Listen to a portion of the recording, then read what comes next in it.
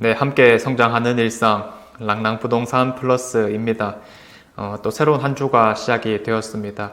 월요일 아침부터 이런 부동산 관련 영상들을 꾸준히 봐주시는 분들이 참 대단하다라는 생각이 드는데 흔한 공부를 뛰어넘어 그냥 일상이 된 게 아닐까 싶습니다.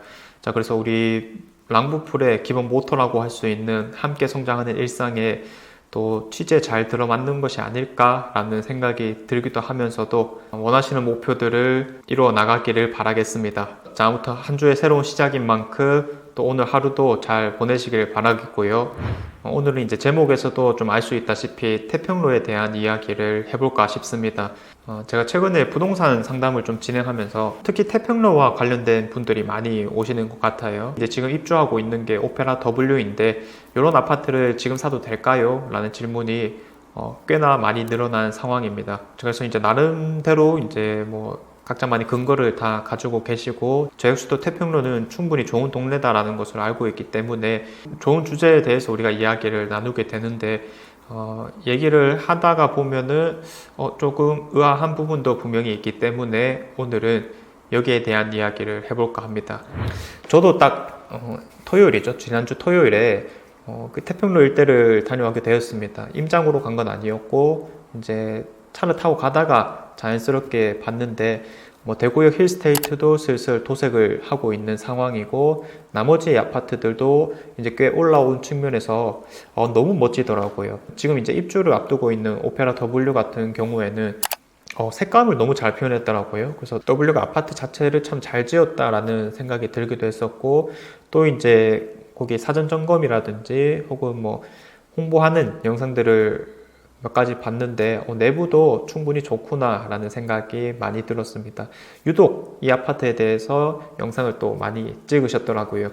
그만큼 이제 이슈가 되고 있는 부분이 아닐까라는 생각이 들었었고 실제 이제 현장에서 느꼈던 감정은 보통 우리가 태평로 라인을 스카이 라인이라고 부르면서 향후에 이제 미래 가치가 아주 기대된다라고 표현을 많이 하는 건데, 이제는 슬슬 정말로 이제 지어진 아파트들이 하나하나 자리를 잡게 되다 보니까 나중에 옆에 들어올 KCC 스위첸부터 시작해서 힐스테이트, 그리고 태왕, 도원 힐스테이트 이런 것들이 하나둘 다 지어지게 되면 여기는 이 대구에 있어서 풍겨오는 분위기, 외관적인 느낌은 여기만한 곳은 사실상 없지 않을까라는 기분이 들기도 했었습니다.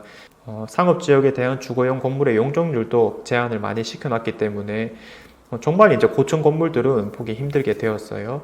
자, 그래서 정말 압도적인 포스를 좀 풍기고 있다. 그리고 이제 절로 드는 생각은 여기라면 한 번쯤은 살아와도 좋지 않을까라는 생각이 들었습니다. 우리가 결국 태평로라고 바라보는 것들은 이제 광역교통이 첫 번째 측면이긴 하죠.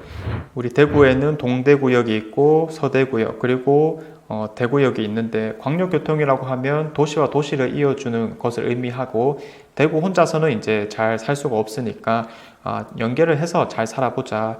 특히 이제 동대구역은 이 고도 제한 때문에 아파트들이 다 15층 이하의 짜리몽땅한 느낌을 받을 수가 있고 서대구역 같은 경우에는 교통이 일단 너무 안 받쳐지죠. 학군도 역시 마찬가지이고 그리고 공단이 옆에 있기 때문에 인식들이 워낙에 안 좋아서 여기도 현재로서는 크게 바라보지 않는 상황이고 그래서 지금 현실적으로 많은 분들이 지금 이 태평로 주변을 바라보고 있는 상황인 건데 이런 부분에 대해서는 충분히 공감을 하는 바이나 이제 많은 분들과 이야기를 좀 하다 보면 특히 이 아파트뿐만 아니라 입주장을 거치고 있는 아파트들을 노리시는 분들과 이야기를 하다 보면 너무 경주마 같다라는 느낌을 많이 받기도 합니다.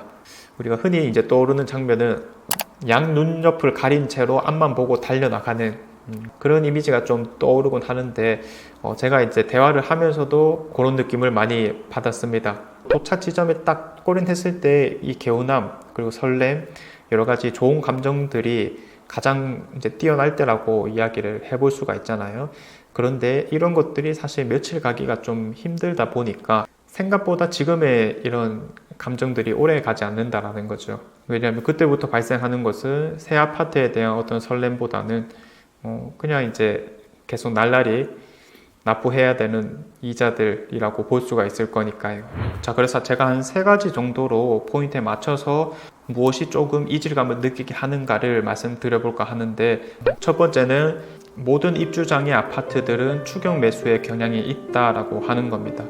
올해 거래량 같은 걸 살펴보게 되면 첫 번째가 서대구역 KTX 영무 예담이라는 거였고요. 두 번째가 청라 힐스자이라는 거였습니다.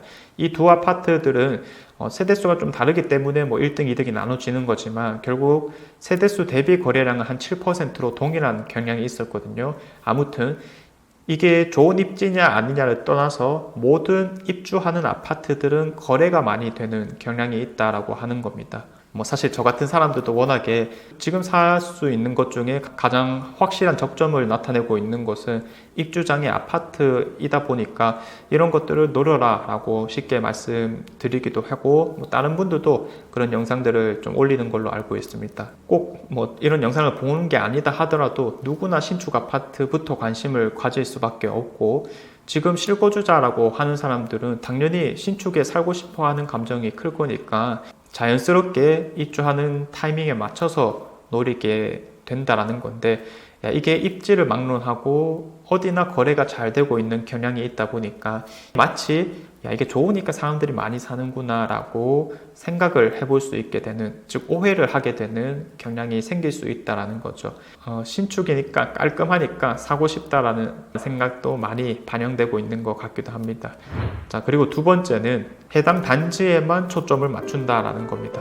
시야가 좀 좁아진다라고 할 수 있는 게 뭐냐면, 내가 A라는 단지가 있을 때 A가 좋을까요? B가 좋을까요? 혹은 C가 좋을까요? 이런 느낌보다는 A가 있고 그 중에서 매물들이 쭉 있는데 이 중에서는 뭐를 사면 좋을까요? 이런 식으로 이제 많이 질문을 하게 됩니다. A라는 것을 이미 사는 것은 못 박아두고 이제 접근을 하게 되다 보니까 본인에게 있어서 그 A라는 아파트가 정답일까? 라고 하는 의문이 남게 되는 거죠. 그리고 이제 제가 상담을 하면서 많은 이야기를 나누다 보면은 정말 이제 최선의 정답이 아닌 것 같고, 그냥 이제 많은 사람들이 이야기하고 그리고 많이 언급되고 그리고 입주장이다 보니까 조사를 시작했다가 점점 마음이 끌리게 돼서, 그리고 집도 마침 필요하니까 사게 되는 경우가 많지 않나라는 생각이 듭니다. 보통 이제 그 아파트만 너무 고려하고 있는 경향이 있기 때문에 이런 문제점들이 생긴다라는 거고요. 자, 그래서 앞서 말씀드린 2가지 이유들이 꼭 그 사람의 잘못이라기보다는 누구나 자연스럽게 생길 수밖에 없는 행동이라는 건데, 자, 이 2가지 이유들로 인해서 우리의 마음속에 이제 초조함이 생기게 되고 나도 좀 갖고 싶다 라는 생각이 들게 된다는 겁니다. 자, 그런데 실제로 거래가 많이 이루어지다 보면은 내가 사려고 했던 매물들이 없어지고 조금 더 어중간한 것들이 남아있게 되면서 이거라도 사야 되나? 근데 그것도 또 빨리 팔리기 시작하는 거예요. 지금이라도 하나 잡는 게 맞겠다. 이 시기가 지나면 어떻게 될지 모른다라는 생각으로 인해서 결국 매수를 하게 되는 거죠. 그리고 매수를 하게 되면 이제 우리가 설렘을 느끼게 되죠.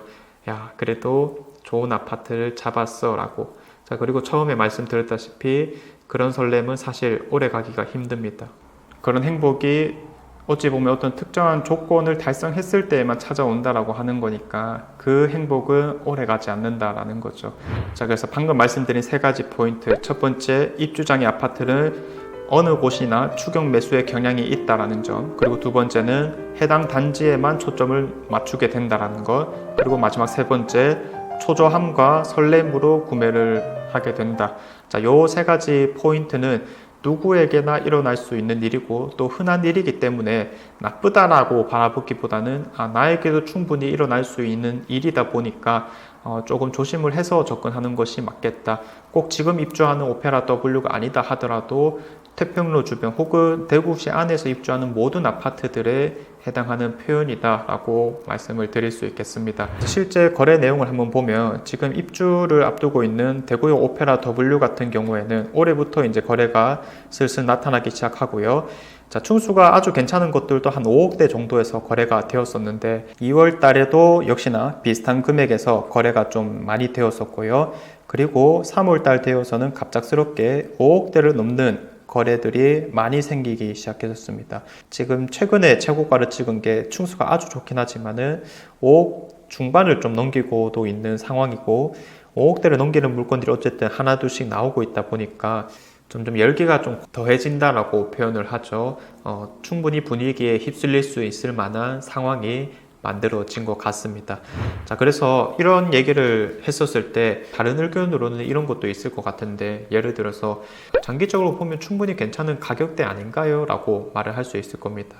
그렇죠. 사실 이제 여기 5년, 10년 놓고 보았을 때 1,000만 원, 2,000만 원 차이가 아주 크게 중요한 건 아니다라고 이야기를 해볼 수가 당연히 있을 거고요. 그 관점이라면 우리가 어떤 아파트를 사든 다 똑같다라고 볼 수 있겠습니다. 아주 큰 장기적 관점이라면 어차피 큰 상관까지는 없겠으나 그게 결국 시간이 지났을 때 어떤 차이가 만들어질 수 있을 것이냐, 입지라고 하는 것을 분명히 먼저 챙기시길 좀 바라겠고요. 지금 당장은 우리가 1,000만 원, 2,000만 원 가지고 이야기를 할 때는 맞는 것 같긴 합니다. 그래서 이런 초조함으로 행동을 할 필요까지는 전혀 없다. 왜냐?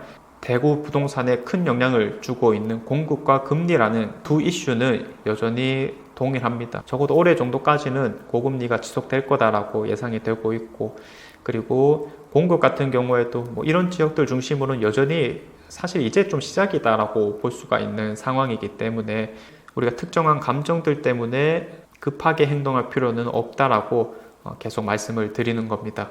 좋은 아파트는 분명히 많습니다. 자, 그래서 이런 우리가 추격 매수하게 되는 행동들을 어떻게 좀 줄여 나갈 수 있느냐라고 했었을 때는 우선은 그 아파트만이 정답이 아니다라는 사실은 명확하게 인지하셔야 되고요. 그리고 여러 지역을 다녀보는 겁니다. 비수성구 그리고 수성구까지도 우리가 관심 있는 입주하는 아파트들은 무엇이 있을까를 시작으로, 그 다음에 내가 가진 금액대 내에서 살 수 있는 최대한의 물건은 무엇인가, 이런 것들을 고민해 나가기 시작하면은 아마 저와 비슷한 의견을 좀 갖게 되지 않을까라는 생각이 듭니다.